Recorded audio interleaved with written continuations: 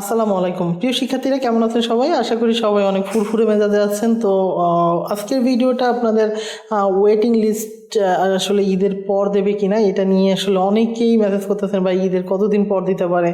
তো সেই বিষয়ে কথা বলবো। তো আপনাদের ওয়েটিং লিস্টে কিন্তু খুব দ্রুতই দিয়ে দিবে। তো যারা আমাদের চ্যানেলে নতুন আছেন অবশ্যই চ্যানেলটা সাবস্ক্রাইব করে ফেলেন। এছাড়া আমাদের ভিডিওগুলো যদি ভালো লেগে থাকে অবশ্যই একটা লাইক দিতে কৃপণতা বোধ করবেন না। তো আমি আর কথা বাড়াচ্ছি না, চলেন আমরা ভিডিওর মেইন অংশে চলে যাই। আচ্ছা, তো এটা আজকে আমাদের ব্লগে পাবলিশ করা হয়েছে, সেখান থেকে দেখে নিতে পারেন। সো আমাদের আমি আগেই বলেছিলাম যে আমাদের যেহেতু ভর্তির কার্যক্রম মোটামুটি শেষ হয়ে গেছে। সো এখন কিন্তু আপনাদের আসলে ওয়েটিং লিস্টটার জন্য প্রসেসিং আস্তে আস্তে হবে এবং মাইগ্রেশনের লিস্টটা দিবে। তো আপনাদের সম্ভবত 10 তারিখ অর্থাৎ 10ই এপ্রিল কিন্তু রেজাল্টটা দেওয়ার সম্ভাবনা অনেক বেশি। কেন 10ই এপ্রিল রেজাল্ট দিতে পারে? সাধারণত মূল মেধা তালিকায় যারা সুযোগ পায় তাদের চূড়ান্ত ভর্তির পর কলেজগুলো থেকে ভর্তিকৃত এবং অভর্তিকৃত শিক্ষার্থীদের তালিকা বিএনএমসি এর প্রধান কার্যালয়ে পাঠানো হয়। সো যেহেতু ভর্তি কার্যক্রমের সব সময়সীমা মূল তালিকার ভর্তি এপ্রিলের শেষ মানে এপ্রিলের মধ্যে শেষ হয়ে যাচ্ছে। এছাড়া ঈদের ছুটির কারণে আসলে প্রসেসিং হতে একটু সময় লাগবে। এছাড়া বিভিন্ন ডিজিটাল অটোমেশনের কারণে এটা কিন্তু আসলে 10 এপ্রিল নাগাদ, 10 থেকে 15 এপ্রিলের মধ্যে কিন্তু এটা দিয়ে দিতে পারে।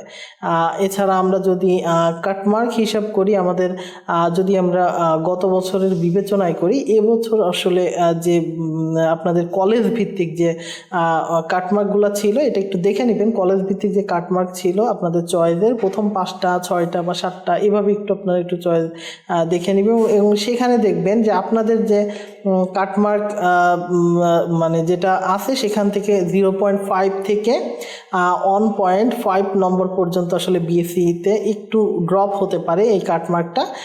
এবং ডিপ্লোমা নার্সিংয়ের ক্ষেত্রে 1 থেকে 2 নম্বর আসলে ড্রপ হতে পারে। মানে যদি প্রথম লিস্টে যেটা আসছিল সেখানে যদি 110 থাকে কাটমার্ক, সো বিএসসির ক্ষেত্রে এটা হতে পারে মনে করেন 109.5 অথবা 108.5।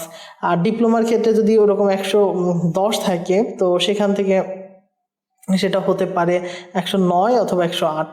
আর ডিপ্লোমা ইন মিডওয়াইফারির ক্ষেত্রে এটা হতে পারে মনে করেন 8.9 থেকে প্রায় 8.5 থেকে প্রায় 6 পয়েন্ট পর্যন্ত। অর্থাৎ 110 যদি কারো মার্ক থাকে সেটা 106 বা 7-এ কিন্তু চান্স পেয়ে যেতে পারে। 107 থেকে শুরু করে 108.5 পর্যন্ত এরকমভাবে আসলে হতে পারে। মানে জাস্ট আপনার কাটমার্কটাকে এইটা দিয়ে বিয়োগ করে দিবেন, তাহলে মোটামুটি একটা আপনি শিওর হতে পারেন যে আপনার ওয়েটিং লিস্টের রেজাল্টটা আসতে পারে কিনা।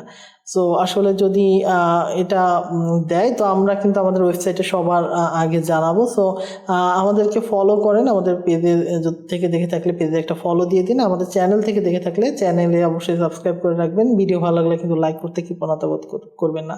এছাড়া আমাদের সেকেন্ড টাইম এবং থার্ড টাইমের জন্য যে কোর্স এটাও কিন্তু আসলে ভর্তি শুরু হয়ে গেছে। সো যারা ভর্তি হতে চান খুবই নামমাত্র মূল্যে কিন্তু আমরা আসলে এটা ভর্তিটা নিচ্ছি এবং এটা মূল্য বলতে আমরা আমাদের জাস্ট প্রতিষ্ঠানের ডোনেশন হিসেবে এটা রাখতেছি। সো পরের কোনো ভিডিওতে দেখা হবে, ততক্ষণ সবাই ভালো থাকেন, সুস্থ থাকেন। আল্লাহ হাফিজ সবাইকে।